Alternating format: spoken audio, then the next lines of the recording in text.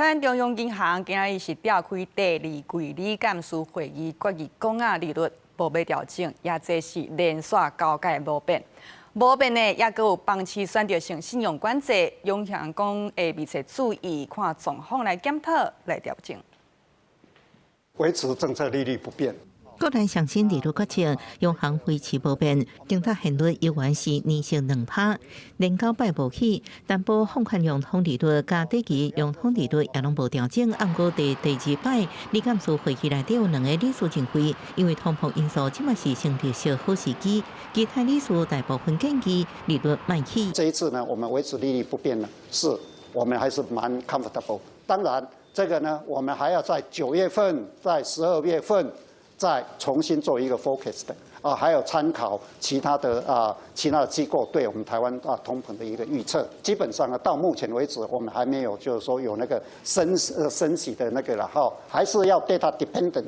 考慮人工智慧相關投資一直增加，央行上調台灣經濟成長率為7.28%調懸到9.45%，對 CPI 年成率為1.80%上修到1.91%。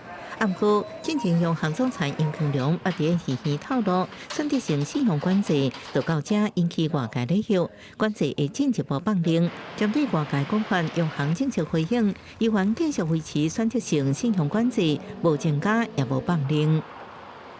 我們的選擇性信用管制呢，我們是維持。我們的民眾看漲房市的預期心理呢，還是仍然是仍緩了哈。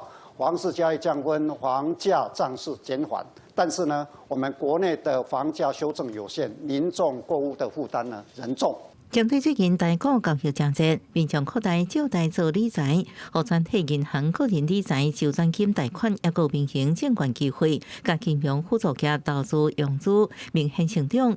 央行話聲，銀行要特別注意信用擴張甲風險控管。中央銀行的立場來看的話呢，我們到目前為止，我們還是密切的注意那資訊的一個掌握，包括我們去要跟聯徵啊，要哪些的資料，我們會希望我們來更進一步的來掌握這個信用擴張的一個問題。